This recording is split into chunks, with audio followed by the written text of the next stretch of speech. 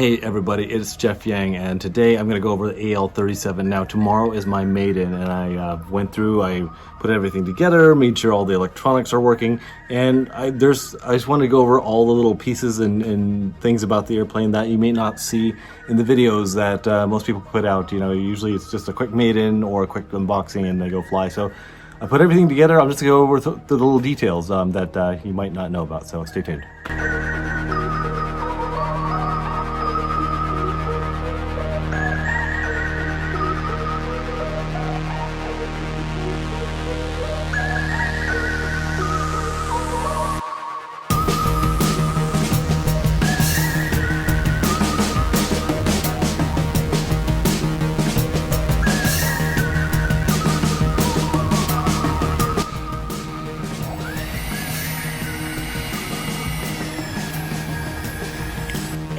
So well.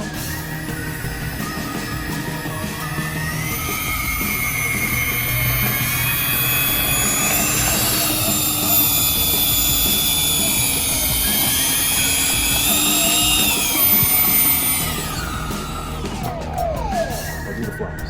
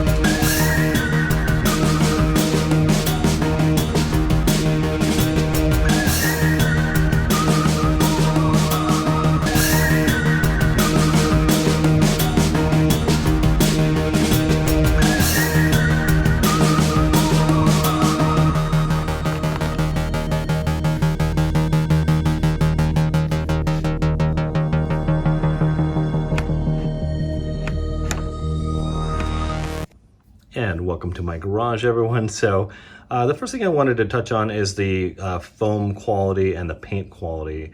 And so this airplane came out about 6 or 8 months ago, and a lot of people were having problems with the paint sticking to the fuselage. So anytime they would go to paint it and they would put tape on it and they would lift up the tape, it would pull off the paint. So I haven't run into that issue yet, and the paint seems to be pretty good quality. So I'm wondering if they might have improved their painting techniques after the first few runs. And this, you know, I am about almost a year later, and it seems like the paint seems pretty decent. Now I am going to be doing a custom livery on this, as I mentioned in my unboxing video, but onto the foam.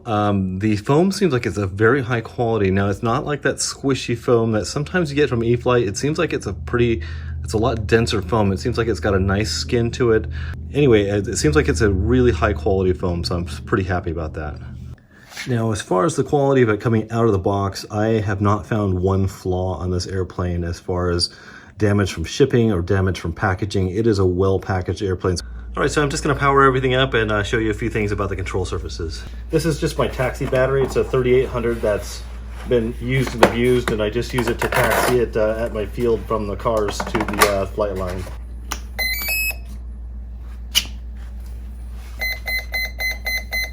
Okay.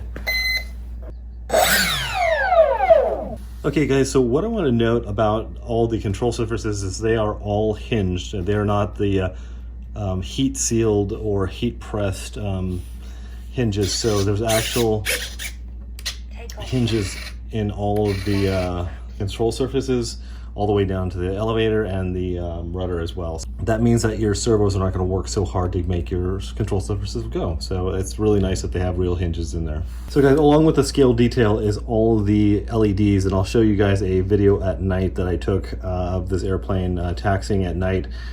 There's one thing about airplanes that have LEDs pre-installed.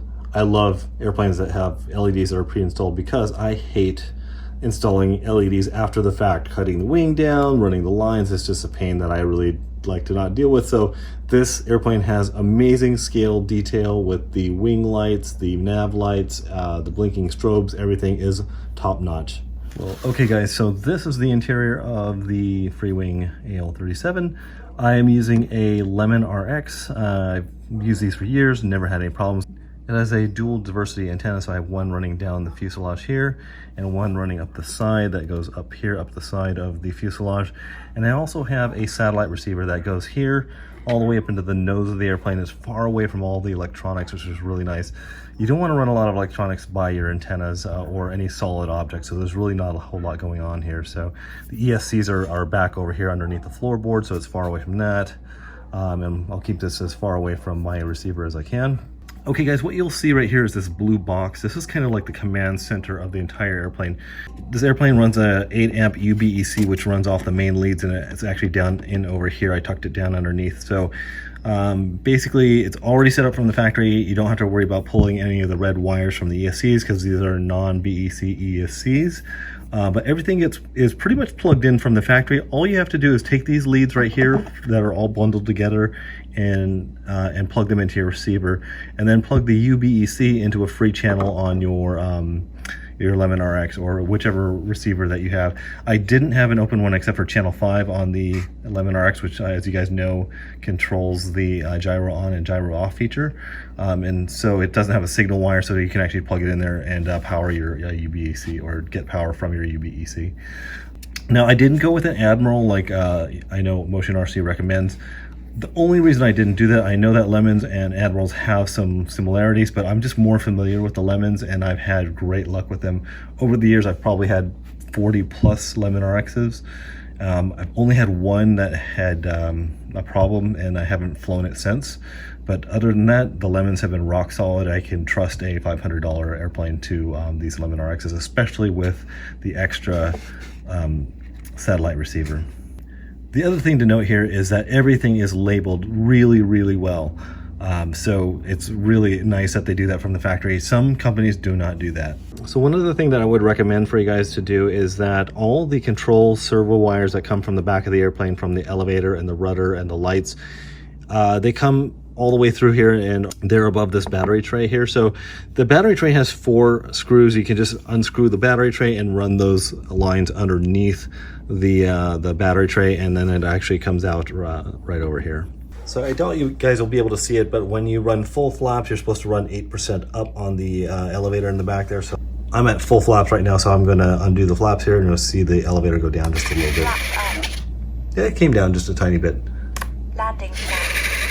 You can see it go up there just a little bit. Flaps up. Then I also have Takeoff flaps. takeoff flaps as well. Okay guys, so let's talk about these metal retracts. Suspension and all the metal retracts. I believe in the MotionRC video they said that these are oleo tracks, but I could be mistaken about that, so don't hold me to it. But let's go ahead and hit the landing gear here. Gear up.